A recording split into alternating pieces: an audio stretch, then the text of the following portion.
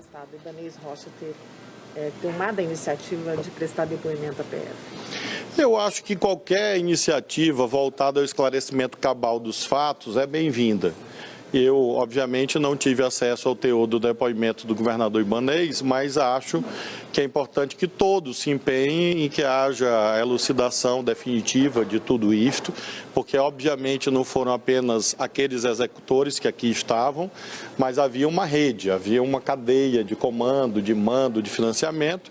Nós estamos empenhados nisso e espero que o governador Ibanez tenha ido também nessa direção. Ameniza a responsabilidade dele, ministro? Esse é um julgamento que cabe inicialmente à Polícia Federal, depois ao Ministério Público e ao Judiciário.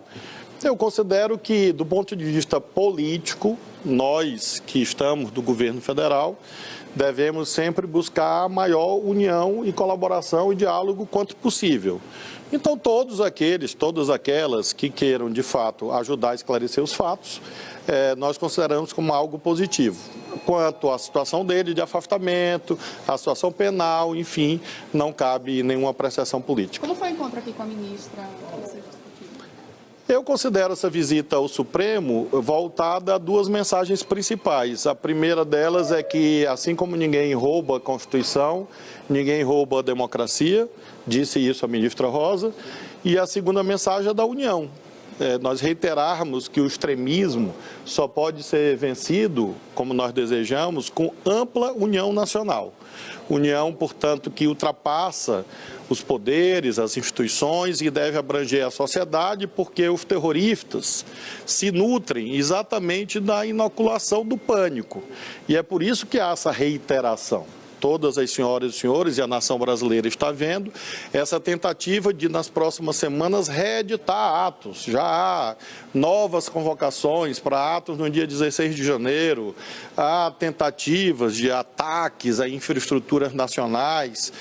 E nós precisamos deixar claro que isto, além de ser crime contra o Estado Democrático de Direito, politicamente falando, um crime contra a sociedade, uma vez que significa dizer que, novamente, nós vamos ter que mobilizar milhões e milhões de reais para prover segurança e infraestruturas a prédios públicos ameaçados por pessoas que podem e devem esperar a eleição de 2026, quando, democraticamente, novamente, será eleito o novo presidente da República.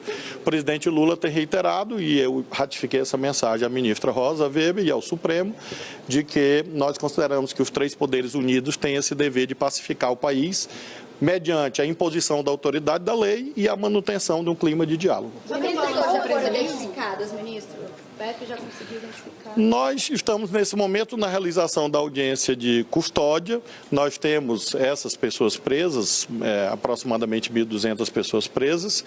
Já há prisões que foram efetuadas após o evento, as senhoras e senhores sabem.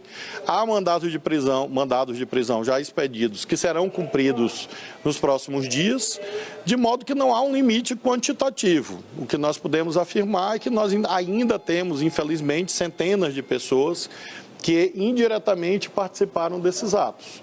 E todos serão investigados, todos serão apresentados pela Polícia Federal ao Poder Judiciário, uma vez que às vezes demora alguns dias, algumas semanas, meses, quiçá.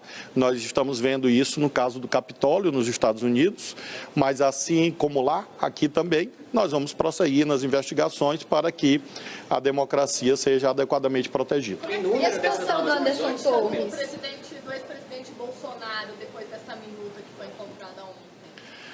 A minuta tem uma relevância política, óbvia, no sentido de mostrar mais uma vez e sempre que todo esse encadeamento de atos terroristas obedecia a uma maquinação, a um ardil político, a uma estratégia política.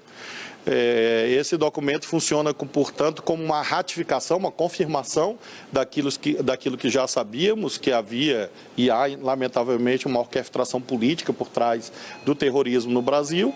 E, do ponto de vista jurídico, claro, o documento será apreciado pelas autoridades competentes, mas ele funciona como uma espécie de elo. Um elo que faltava para a compreensão plena de todos os atos.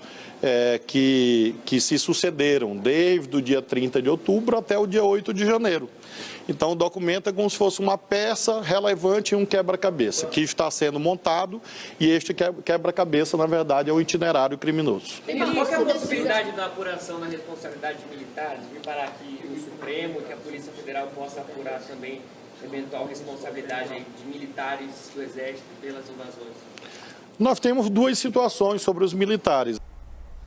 Bom, eu considero um documento extremamente comprometedor, tanto do Torres, que é o ex-secretário, quanto do presidente Bolsonaro. Não pelo documento isoladamente. É bom lembrar que o ministro Augusto Aras, a própria imprensa, lá atrás, noticiou e repetiu uma declaração dele falando que num estado de calamidade é um passo para um estado de defesa. Então, e ao longo dos 4 anos do governo Bolsonaro, ele sempre atentou ou estimulou o atentado contra o Congresso Nacional e contra o Supremo Tribunal Federal. Ele não mandava e não trabalhava atentados e nem estimulava atentados sobre o Palácio do Planalto, porque era o cargo que ele exercia e de onde ele pretendia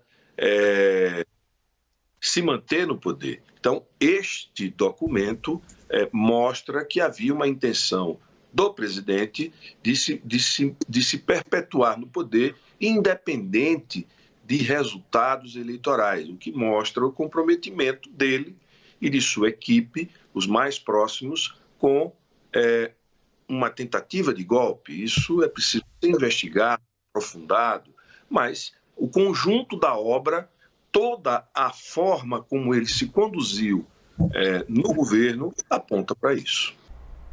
Sim, e do presidente Bolsonaro, porque é uma sequência de discursos de ódio que ele saca contra os poderes. Ele sempre falando aquela forma dele de tratar as coisas com pequeno que ele que não tem absolutamente nenhum conteúdo, né? Ele usa frases de efeito o tempo todo.